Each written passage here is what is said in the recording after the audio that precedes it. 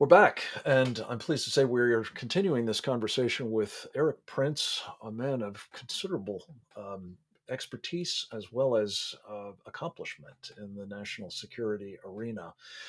Erik, we're going to talk now a little bit about this conflict in Russia and between Russia and Ukraine. Um, where are you on this conflict? There are some who have said it's not our business. There are others who say it should be more of our business. How do you see it? What are the stakes? And most especially, what do you think we should be doing at the moment about it? Well, here's the thing. Some on the right have said, well, it's not our business. And I certainly do not in any way support sending any U.S. forces to Ukraine. However, Ukraine is a democracy, and as imperfect as that democracy is, the people of that country have certainly voted with their feet and turned out to defend their land, whether they're Ukrainian speaking or Russian speaking, ethnic Ukrainian or ethnic Russian. They have surprisingly, inspiringly toed the line and said, "Not today. I will defend this land." And that's been. Uh, I've been to Ukraine a lot. I know a lot of Ukrainians. I figured they would defend, but I didn't think they would come as strong as they have. In parallel to that, or in opposite to that, there was a Quinnipiac poll about the United States about who would fight to defend America if it was invaded. And only 40% of Democrats and 75% of Republicans said they would defend the country. So, look, for as imperfect as Ukraine might be, the people obviously view it worth defending and giving their lives for. And so I think the United States should provide as much material support to include aircraft. Look, I gave the Biden administration an option again with my name removed already in early December, so they can't play the "I hate Erik Prince" card.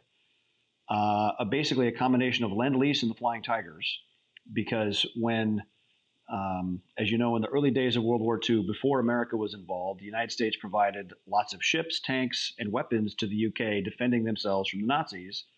There's 200 fighter aircraft being retired this year by the U.S. Air Force that could have been, some of which could have been flown to Ukraine, rebadged, and prevented this entire debacle from happening, would have actually provided real deterrence. But again, the Pentagon has a total lack of imagination, and so now we're left with this onslaught. The advantage, the weather has been to the advantage of the defender so far, and channelizing armored forces onto roads which are easily mined and ambushed. Again, but now as we get through what's called the Great Rasputitsa, the Great Slush, as those fields melt and Russian armor can revert to traveling across fields, which they will in the east, it'll be much more of a rural fight.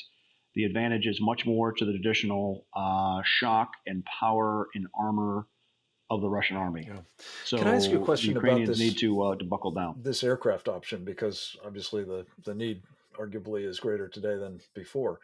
I've always been confounded by the idea that we could do an air cap or any other real help to the Ukrainians in this regard, given the lack of airfields from which they could operate Oh, and the ability with which they could there's be still attacked. there's still plenty of airfields, There are. and there's still plenty of highways. Okay. Sure, But absolutely, you can actually maintain operations from runway from hundred roads. percent. Okay, all right, Yes, for fascinating. sure. That's a topic for another day. Let me pivot to this one very real immediate issue, and that is we have been providing them with Javelin anti-tank weapons and Stinger surface-to-air missiles. We've, turns out, done, I think, considerable good. The Ukrainians have with those arms. We are running short, it seems, in terms of our own stocks of these things, and it'll take us some time to replace them. Is that something that we have a workaround on as well, Erik? And most especially, again, knowing what you know about the defense industrial base, what should we be doing to ramp that up? I think it's an example when you look at how the U.S. spooled up in World War II.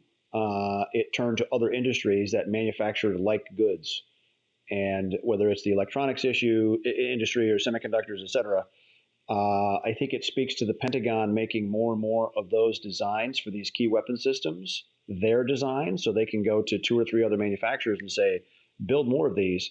Because if we're running out of, if we're after a one fight like that in Eastern Europe, um, against the Russian tanks, if we're that short, then we clearly have a serious deficit in our industrial capacity to be able to turn that on, especially when you consider the armor forces or whatever might come from a China or Iran or similar. Right.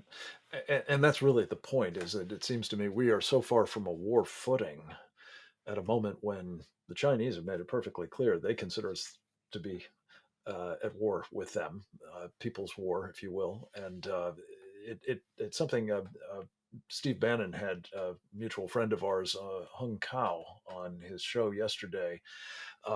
Very impressive guy. We've had him on this program. I hope to have him back. He's the But as you, embodiment of the American dream. he really is. He personifies it.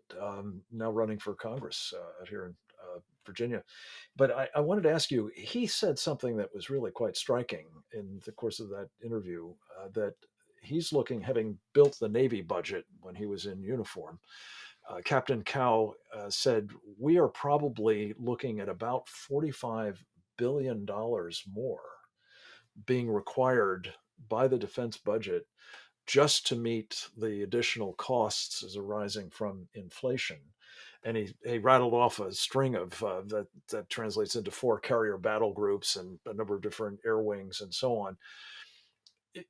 Given what you just said, Eric, about the deficiencies of our industrial capacity and arguably therefore the readiness or at least the sustainability of our military, how do we address that problem, especially given these kinds of economic circumstances?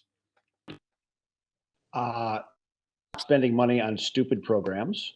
A, B, greatly increase the competitiveness.